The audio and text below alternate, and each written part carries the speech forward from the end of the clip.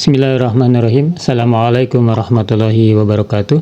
Alhamdulillah kita bersua kembali di channel Guru Made. Dan semoga kita berharap ya kepada Allah SWT kita tetap sehat, tetap bahagia dan juga tetap semangat ya di dalam menjalani sisa-sisa usia kita.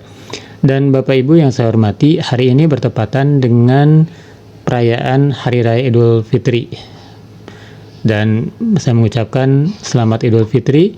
Semoga amal ibadah kita di bulan Ramadan dan juga di bulan-bulan sebelumnya diterima oleh Allah SWT dan kita menjadi insan yang kembali fitri. Amin ya Allah ya Rabbal Alamin. Baik, pada kesempatan kali ini saya akan sharing kembali ya tentang hak-hak apa saja yang bisa kita peroleh, yang bisa kita klaim dari keikutsertaan kita di dalam program-program PT Taspen. Dan kita fokus kepada apa saja hak yang bisa diklaim ketika seorang PNS atau seorang pensiunan PNS itu meninggal dunia. Dan kita akan bahas di video kali ini. Ada sebuah regulasi ya yang mengatur tentang kriteria ahli waris dari pensiunan PNS, yaitu di Undang-Undang Nomor 11 Tahun 1969. Dan di situ diterakan, di situ dijelaskan tentang siapa saja yang masuk kepada kriteria ahli waris dari seorang pensiunan PNS. Dan ketika seorang pensiunan PNS itu meninggal dunia, maka ada setidaknya 4 hak yang bisa kita klaim, yang bisa kita ajukan kepada PT Taspen. Apa saja hak yang bisa kita klaim ketika seorang pensiunan itu meninggal dunia? Yang pertama adalah asuransi kematian. Asuransi kematian itu sebenarnya ada 3 jenjang gitu ya.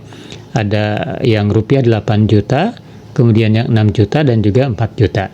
Yang 8 juta itu adalah si pensiunan itu sendiri yang meninggal dunia.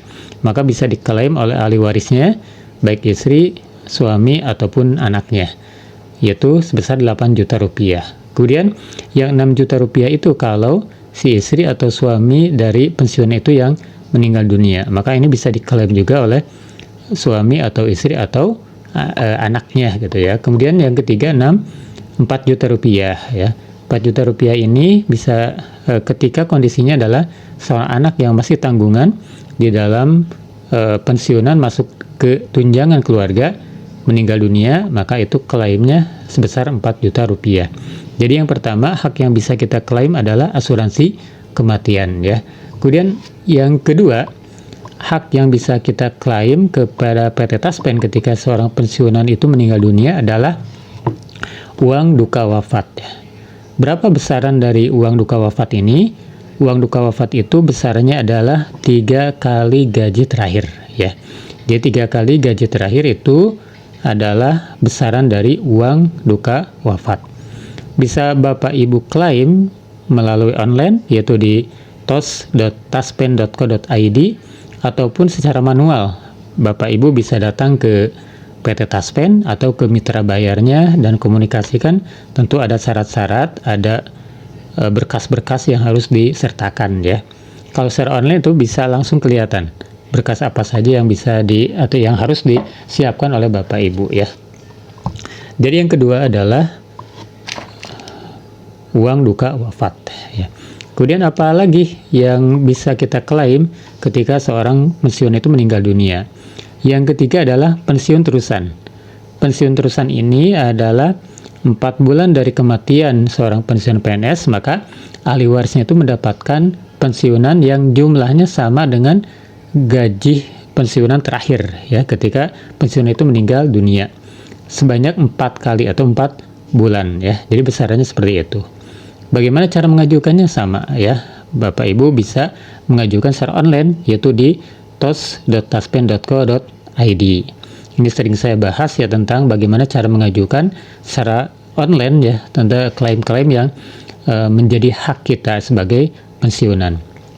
Kemudian yang keempat Bapak Ibu, tentang apa lagi gitu ya yang bisa kita klaim dari PT Taspen atas keikutsertaan kita di dalam program-programnya ketika seorang pensiun itu meninggal dunia, yaitu adalah pensiun janda atau pensiun duda atau pensiun yatim ya. Kalau misalkan yang meninggal itu pensiunannya itu adalah seorang laki-laki, seorang suami, maka yang diajukan adalah pensiun janda, ya, pensiun janda, dan itu bisa diajukan ke PT Taspen. Kalau yang pensiunannya itu adalah seorang perempuan, maka itu bisa diajukan adalah pensiun duda.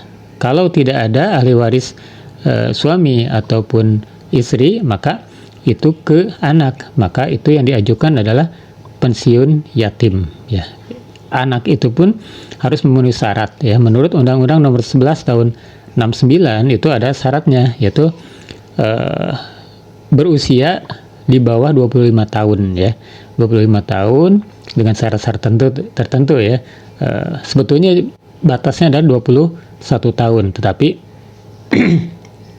ada toleransi ketika si anak itu masih sekolah atau masih kuliah, ya.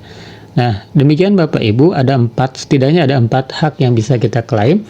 Pertama adalah asuransi kematian, yang kedua adalah uang duka wafat, yang ketiga adalah pensiun terusan, dan yang keempat adalah pensiun janda, duda, ataupun pensiunan yatim. Ya, semoga ini menjadi edukasi bagi kita semua. Tetap semangat dan semoga tetap bahagia, ya. Demikian, terima kasih atas perhatian Bapak Ibu semuanya. Wassalamualaikum warahmatullahi wabarakatuh.